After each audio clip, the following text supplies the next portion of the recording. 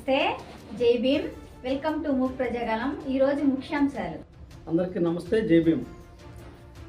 మరి ఈ వీడియో ఈ మంచి కూటమి ప్రభుత్వంలో ఉన్నటువంటి పై ఉన్నత అధికారులకు తెలపడానికి చేస్తున్నానండి. ఇప్పుడు మనం Tiruvuru MOOC Prajagalam YouTube channel కార్యాలయంలో ఉన్నాం. ఇప్పుడు నేను ఒక మానవ హక్కుల పరిరక్షణ ప్రజా సమితి ఆంధ్రప్రదేశ్ వైస్ ప్రెసిడెంట్గా మరి మానవులకు జరిగే కొన్ని తప్పిదాలను మరి మానవులకు జరుగుతున్నటువంటి అవినీతి అక్రమాలు, ఈ అవినీతి అక్రమాలు చేసేటువంటి వారికి, అవినీతి అక్రమాలు అంటే కబ్జాలు, భూ కబ్జాలు చేసేటువంటి వారికి మరి సహకరిస్తున్నటువంటి రెవెన్యూ అధికారుల ఈ ఫిర్యాదును పై ఉన్నత అధికారులు చూసి స్పందించి తక్షణమే అటువంటి అధికారులపై చర్యలు తీసుకొని మరి ఈ దళిత మహిళకు అంటే ఇప్పుడు జరుగుతున్నటువంటి ఈ అవినీతి అన్యాయము మహిళకండి.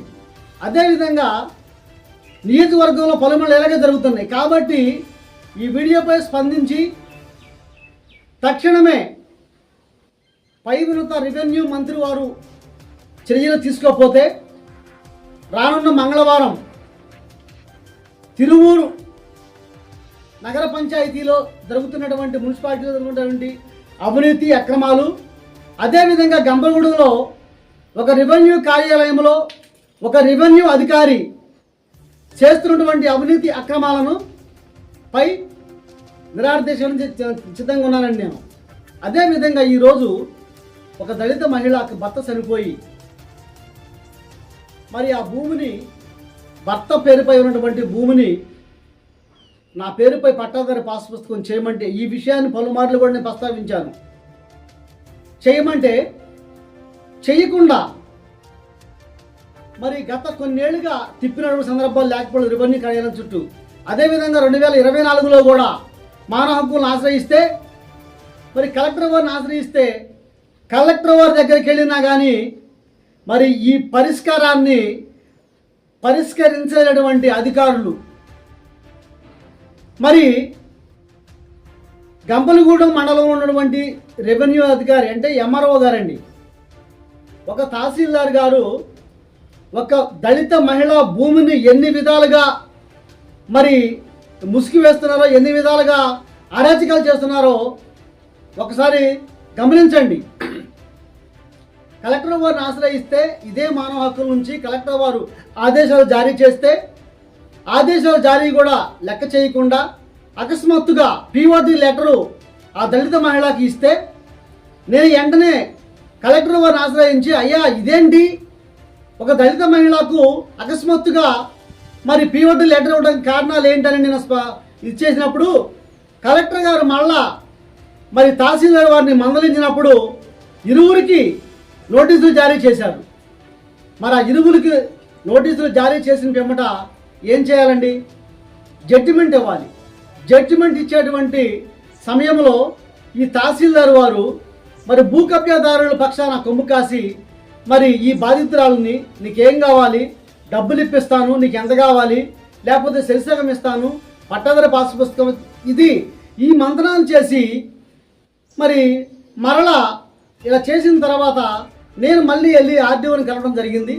మరి ఆర్డీఓ గారు కలిసిన తర్వాత మరి ఇప్పుడు రెవెన్యూ అధికారి గారు కొత్తగా వచ్చారు. వారికి చెప్పిన తర్వాత కూడా ఏమో మళ్ళీ మంత్రాలు చేసి ఏం చేసింది, మేము స్వాధీనం చేసుకుందామని అబద్ధం చెప్పిందండి. మేము భూమిలోకి వెళ్ళిన తర్వాత స్వాధీనం లేదు, ఏమీ లేదు, అబద్ధాలు చెప్పారు మా తహసీల్దార్ గారు. మరలా నేను రెవెన్యూ అధికారి గారికి, డివిజనల్ అధికారి గారికి నేను ఫార్వర్డ్ చేశాను.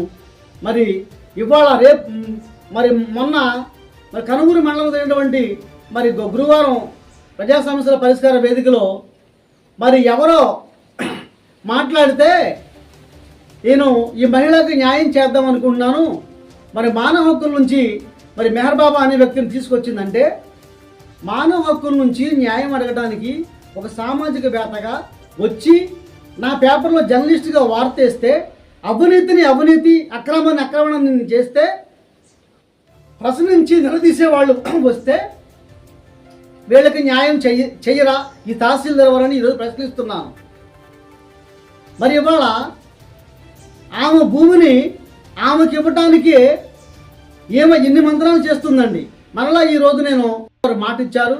మరి కాబట్టి తక్షణమే ఆ దళిత మహిళలకు రావాల్సినటువంటి భూమిని మరి ప్రభుత్వం స్వాధీనం చేసుకొని ఇప్పుడు వరకు మరి గంపలగూడి మండలం తహసీల్దార్ వారు చేసినటువంటి అరాచకీయాలను, హెరాస్మెంట్ను, మరి అబద్ధాలను, మోసాలను కూడా ఒక దళిత మహిళను ఇన్ని విధాలుగా హింసించినందుకు మరి పై అధికారులు వచ్చి ఆ బాధితురాలనే డైరెక్ట్గా ప్రశ్నించి ఆమెకు ఏం జరిగిందో, ఈ అధికారి ఏం చేసిందో తక్షణమే మరి స్పందించి ఆమెని అడిగి తెలుసుకొని మరి ఆ మహిళకు ఉన్నటువంటి భూమిని ఆ మహిళకు ఇప్పించి ఆన్లైన్ చేయకపోతే మరి వచ్చే మంగళవారం తప్పనిసరిగా కూడా మరి నేను నిరాహార దీక్ష చేయడానికి సిద్ధంగా ఉన్నాను.